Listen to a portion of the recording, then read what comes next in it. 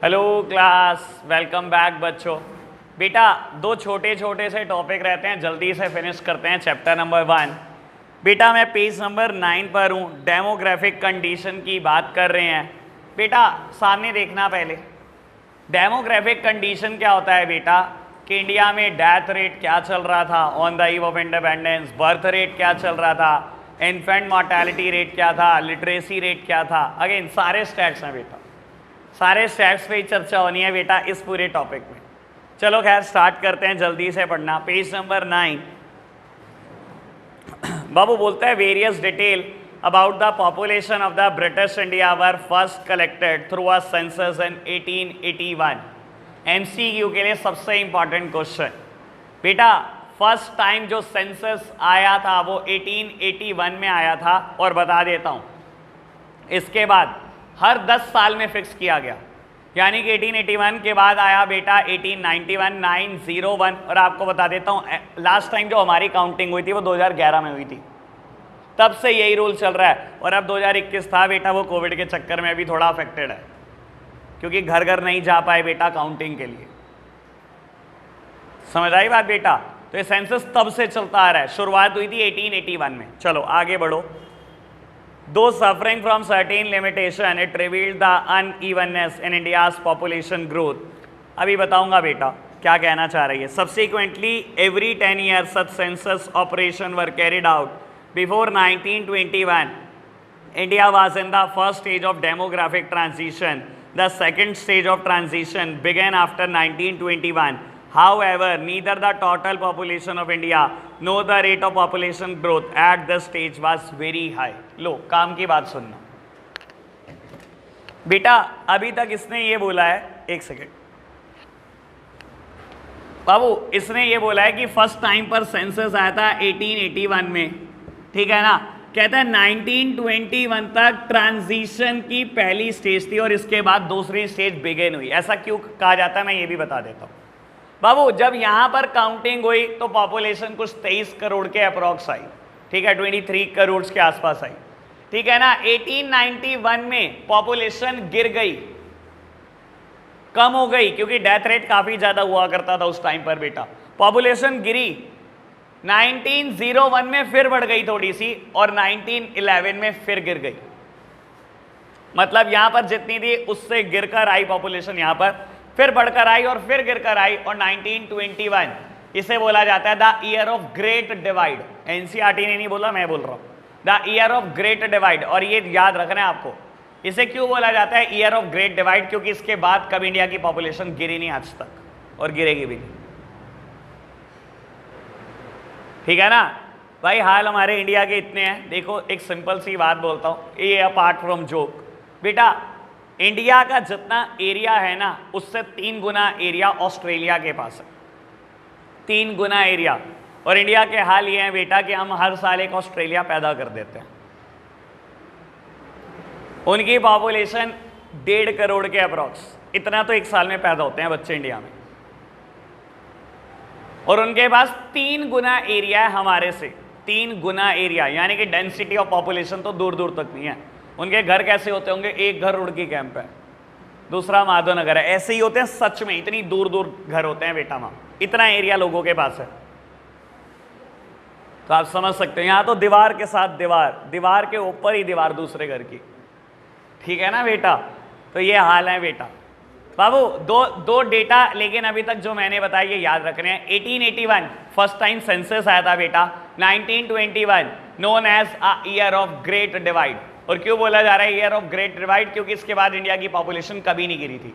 तो ये ट्रांजिशन की पहली स्टेज थी बेटा, यहाँ पॉपुलेशन गिर रही है, बढ़ रही है, गिर रही है, बढ़ रही है, लेकिन इसके बाद बेटा कभी गिरी ही नहीं पॉपुलेशन आज तक इंडिया की, ठीक है जी। बढ़े आगे। कहता था various social development indicators were also not quite encouraging. The overall literacy level was less than 16%. Out of this, a female literacy level was at the negligible low of about 7%. Sir literacy rate यहां से मुझे मिल गया है बेटा, mail literacy rate 16%। Sir आपको पता है India में लिटरेसी की डेफिनेशन क्या है? आपको बता दूंगा तो हंसी आएगी। जैसे इंसान को अपना नाम बोलना आता है और अपना नाम लिखना आता है, वो लिटरेट है। तब 16%। अगर ये थोड़ी सी कॉम्प्लेक्स डेफिनेशन दे देते, ये बोल देते कितने लोग 5वीं पास है, तो 1-8% ही होता तब। अब मैं बोल रहा हूं इतनी रिलैक्स डेफिनेशन में ये हाल थे लिटरेसी के। 16% लोग एजुकेटेड हैं, मतलब बाकी 84% को ना अपना नाम बोलना आता ना लिखना आता। और female literacy rate was even worst, 7%। इसे बोलते हैं जेंडर बायसनेस। सर और कितने बायस्ड हो गए, लड़कियों को पढ़ने नहीं दे रहे हो, इसे तो बोलते हैं बायसनेस। तो ये बेटा जेंडर बायसनेस को शो करता है क्लियरली। चलो खैर बढ़ते हैं आगे। कहता है public health facilities were either unavailable to large chunks of the population और when available were highly inadequate. Consequently, water and airborne diseases were rampant and took a huge toll on life. No wonder the overall mortality rate was very high, and in that particularly, the infant mortality rate was quite alarming, about 218 per thousand in contrast to the present day infant mortality rate of 40 per thousand. Sir हाल देख लो बेटा।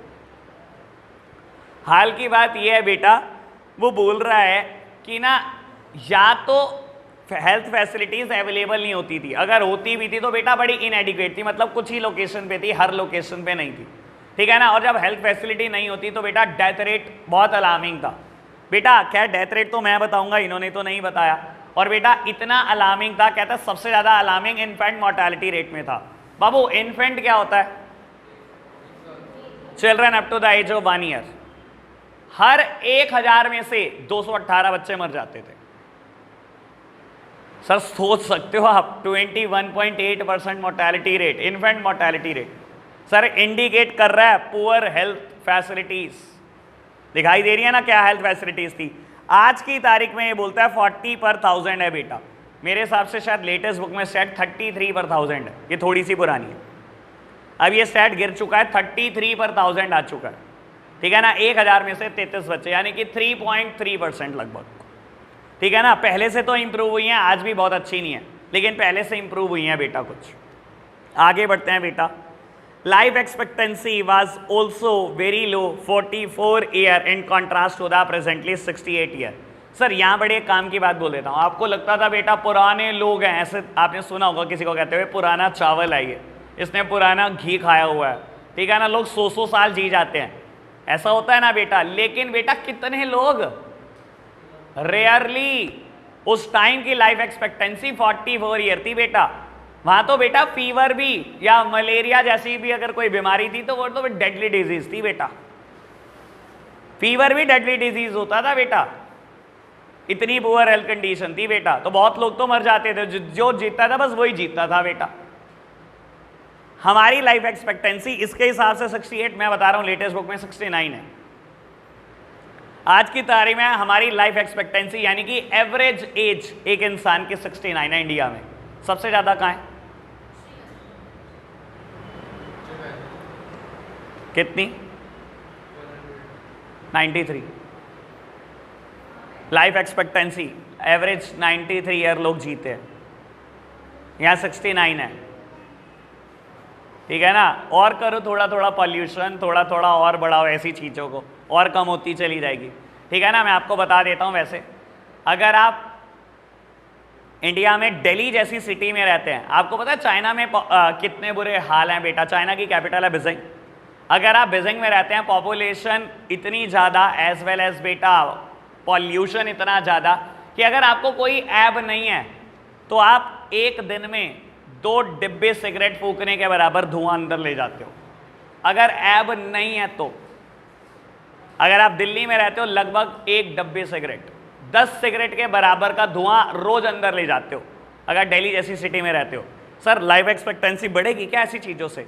Saharanpur city के भी कमाल नहीं है, 6-7 cigarette के बराबर धुआं हम रोज लेके जाते हैं अंदर, 6-7 सिगरेट के बराबर। अगर कोई ऐब नहीं है तो सर जिसने जीना ही 80 साल है वो ऑटोमेटिकली जिएगा 65 साल, ठीक है ना बेटा। ये लाइफ एक्सपेक्टेंसी कहलाते हैं आज भी। चलो खैर बढ़ते हैं आगे। In the absence of the reliable data it is difficult to specify the extent of poverty at that time, but there is no doubt the extensive poverty prevailed in India during the colonial period, which contributed to the worsening profile of India's population of the time. कह रहा ये बताना बहुत मुश्किल है, क्योंकि बेटा आप समझो सेंसस थे तो जरूर, पर इतने एक्यूरेट नहीं होते होंगे उस टाइम पर। कहता है बेटा पॉवर्टी का कोई डेटा अवेलेबल नहीं है, लेकिन हाँ ये पक्का पता है कि बहुत मैसिव पॉवर्टी एग्जिस्ट करती थी इंडिया में उस टाइम पर भी। तो ये उस टाइम की प्रॉब्लम है, आज तक गई नहीं है। ठीक है बेटा, डेमोग्राफिक प्रोफाइल पे हमने जो चीज़ें पढ़ी हैं सब लिखवा दूँ, फटाफट से हेडिंग लिखना, demographic profile on the eve of independence. Sir किसी के पास एक्स्ट्रा पेन हो तो गूफी को संपर्क करें। हाँ, इसका नाम है nickname Goofy.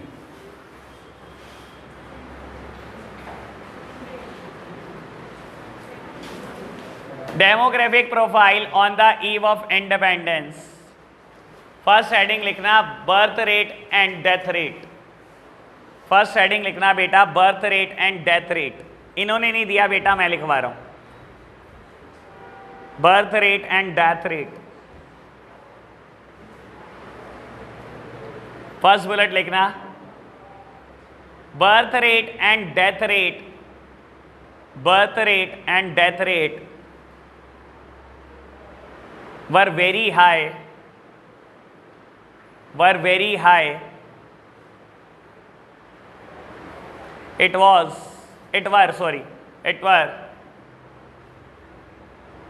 48 per thousand, 48 per thousand and 40 per thousand respectively.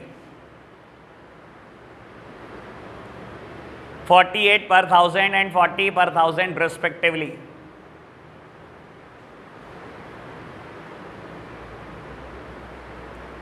Second one लिखना, सेकेंड बुलेट,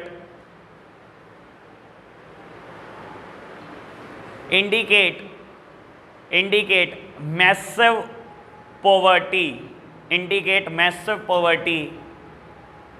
थर्ड बुलेट लिखना indicate poor health facilities, indicate poor health facilities.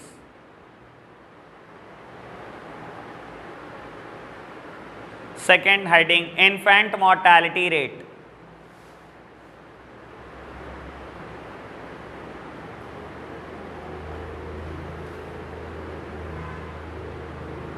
हाँ भाई क्या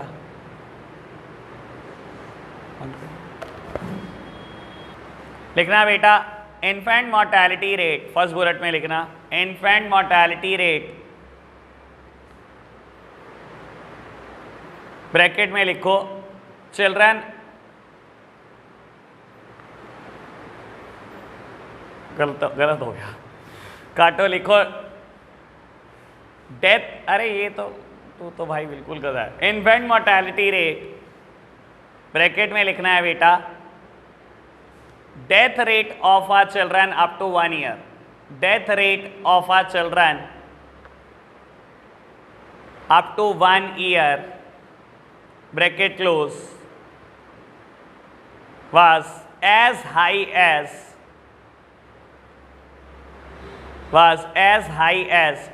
218 per thousand, 218 per thousand. Full stop. Next bullet. Presently it is 33 per thousand. Presently it is 33 per thousand. Again third bullet में लिखना बेटा poor health facilities, poor health facilities. Third heading बेटा life expectancy,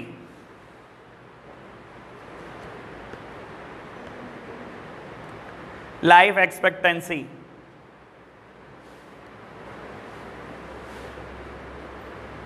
लिखना बेटा first bullet average life of any human being was 44 years, was 44 years.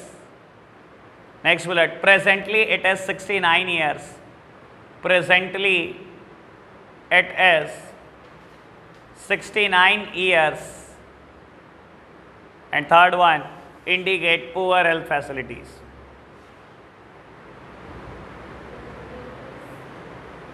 It is 69 years. Poor, indicate poor health facilities. Fourth one is literacy rate. Literacy rate.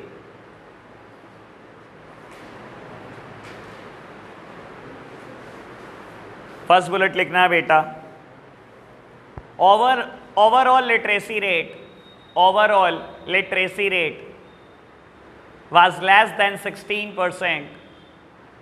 Overall literacy rate was less than 16%. Next bullet, female literacy rate was even worse. Female literacy rate was even worse, only 7%. Only 7%. And third one, gender biasness. Third bullet में लिखेंगे आप gender बाइसनेस, only 7%.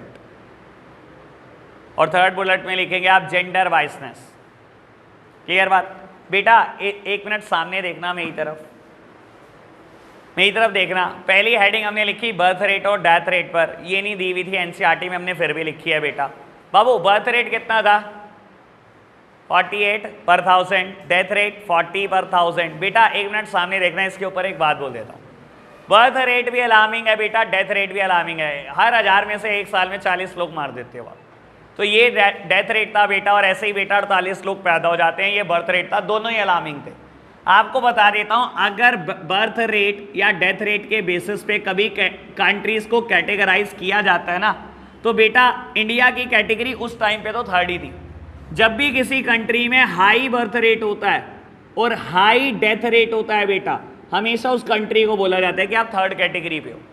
अगर किसी country में birth rate बहुत ज़्यादा होता है और बेटा डेथ रेट कम होता है, तो आपकी कैटेगरी 2 है. और अगर किसी कंट्री में बेटा लो बर्थ रेट है, लोग बहुत एजुकेटेड है, एज वेल एज बेटा लो डेथ रेट है, हेल्थ केयर फैसिलिटी बहुत अच्छी है, तो ऐसी कंट्री बेटा रैंक 1 होती है. तो आप समझ सकते हो बेटा. मैं समझता हूँ आज तक यहीं पढ़े हुए हैं बेटा, ठीक है ना. ज़्यादा से ज़्यादा चलो थोड़ी बहुत ही हेल्थ केयर फैसिलिटी अच्छी हो गई है तो कैटेगरी 2 पर है, ये तो कंट्रोल में ही नहीं है हमारे. ठीक है ना जी, बात क्लियर हुई आपको? चिपका लेना साइड में बेटा, कभी काम आ जाएगा आपके. फटाफट से लिखना बेटा. अभी ना एक और स्टार लगाओ, टॉपिक सेम है, इसमें लिखना अदर इंपॉर्टेंट पॉइंट. स्टार लगाओ, लिखो other important point. Other important point. 2 बातें लिखवानी है इसमें मुझे बेटा. फर्स्ट बुलेट लिखो इसमें, first time census was collected in the year. First time census was collected in the year. आप बताओ. 1881 लिखो, 1881 और अंडरलाइन द वर्ड 1881. याद रखना बेटा, यहां से क्वेश्चन पक्का आएगा. कलेक्टेड ही है. हाँ जी, मैंने वॉज ले तो ली पास फॉर्म. चलो बेटा सेकेंड बुलेट इसमें लिखना, year 1921 was known as year of Great Divide.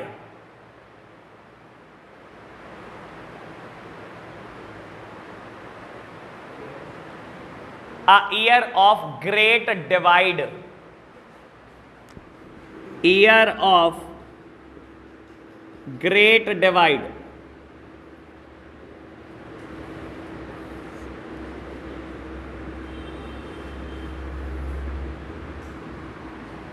ठीक है, याद रहेगी बात. अब बेटा हम क्या कर रहे हैं, हम बुक से ना एक टॉपिक छोड़ रहे हैं अभी थोड़ी देर के लिए, ऑक्यूपेशनल स्ट्रक्चर. ठीक है, देख लो आप कितना जरा सा टॉपिक है, मैंने ये अभी छोड़ दिया है. मैं नेक्स्ट टॉपिक कराना चाहता हूँ इंफ्रा. पेज नंबर 11 पे लिखा हुआ है इंफ्रास्ट्रक्चर. ठीक है ना बेटा. रीड एक बार आप कर रहे हैं, मुझे तो 4-5 बातें काम की निकाल के दे देना. ठीक है ना, मैं पूछूंगा अभी आपसे. ठीक है ना, एक बार आप रीड कर रहे हैं इसको. ठीक है जी, रीड करना शुरू करो. सर आपको बता देता हूं, मेन ना 4 चीजों को टच किया हुआ है इन्होंने. ठीक है ना। इंफ्रा में सिर्फ 4 चीजों को इन्होंने टच किया हुआ है बहुत अच्छे से। और आपको बता देता हूं बेटा, इन्होंने शुरू में ही पहली लाइन में बोला कि रेलवेज की बात कर लो, रोड्स की बात कर लो, पोस्ट की बात कर लो, और बेटा पोस्ट एंड टेलीग्राफ की बात कर लो, और पोर्ट्स की बात कर लो। सब डेवलप हुआ, लेकिन सबके पीछे रियल मोटिव अलग है। और मेरे को तो इंफ्रा की कंडीशन बता दी है। चलो चारों डेवलप हुए मान लिया, अब आप ये समझ लो चारों क्यों डेवलप हुए, क्या कारण था। बेटा सबसे पहले उन्होंने रोड को डेवलप करा। लो लॉजिक सुन लो बेटा, रोड को डेवलप क्यों किया? ताकि बेटा गुड्स को ट्रांसपोर्ट किया जा सके बेटा पोर्ट्स तक। आप बेटा पोर्ट्स तक गुड्स ले आए। ये बेटा कोई भी पोर्ट है, Gujarat port, Calicut, Calcutta port है, ठीक है। आपने रोड से क्या करा, गुड्स ट्रांसपोर्ट करके ले आए पोर्ट्स तक, इसलिए तो रोड डेवलप करी। बेटा पोर्ट्स क्यों डेवलप करे? ताकि यहां से बेटा रॉ मटेरियल एक्सपोर्ट हो सके ब्रिटेन, और वहां से फिनिश गुड्स इंपोर्ट हो सके इंडिया, इसलिए आपने पोर्ट्स डेवलप करे। रेलवे क्यों डेवलप करा? ताकि बेटा इंडिया के इंटीरियर तक आप गुड्स पहुंचा दो अपना। रूरल एरिया में रोड्स अच्छी नहीं थी, तो आपने क्या करा, रेलवेज को डेवलप करा, तो ताकि इंडिया के इंटीरियर तक आपके गुड्स पहुंच जाए, इसलिए आपने डेवलप कर दी रेलवे। पोस्ट एंड टेलीग्राफ आपने डेवलप करी ताकि आपकी एडमिनिस्ट्रेटिव एफिशिएंसी इंक्रीज हो सके। यहां पर बैठा है कोई बेटा ब्रिटिशर जो रूल कर रहा है, एक ऑफिस बनाया ब्रिटिश गवर्नमेंट ने, और एक बनाया JNK में, तो बेटा क्या करे, घोड़े पे सवार होके जाए बैलगाड़ी पे।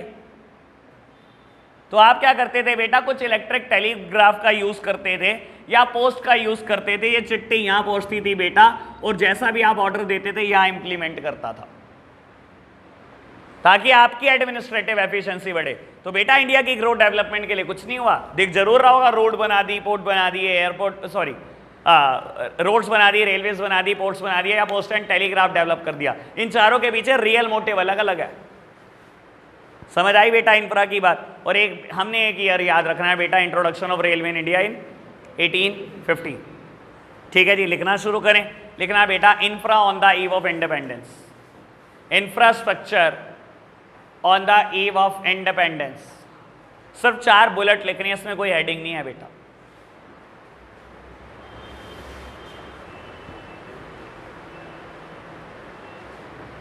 फर्स्ट बुलेट लिखना, roads were developed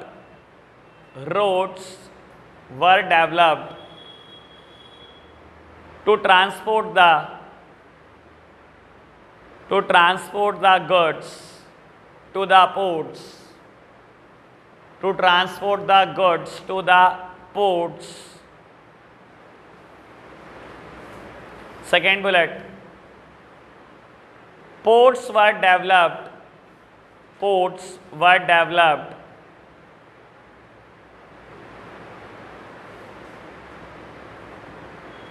for the export of raw material to the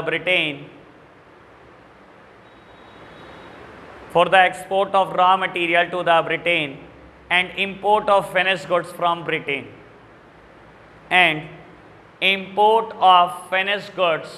from Britain.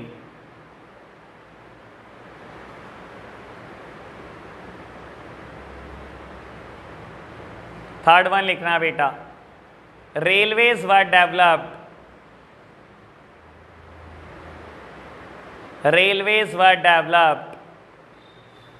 Bracket में लिख दो, in year 1850। Railways were developed to transport the goods to the interior of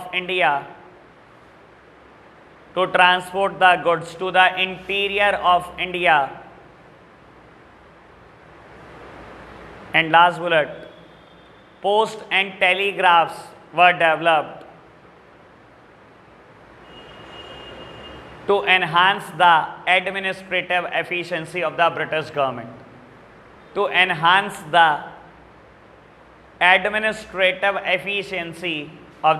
government. Third one, post and telegraphs were developed to enhance the administrative efficiency of the British government.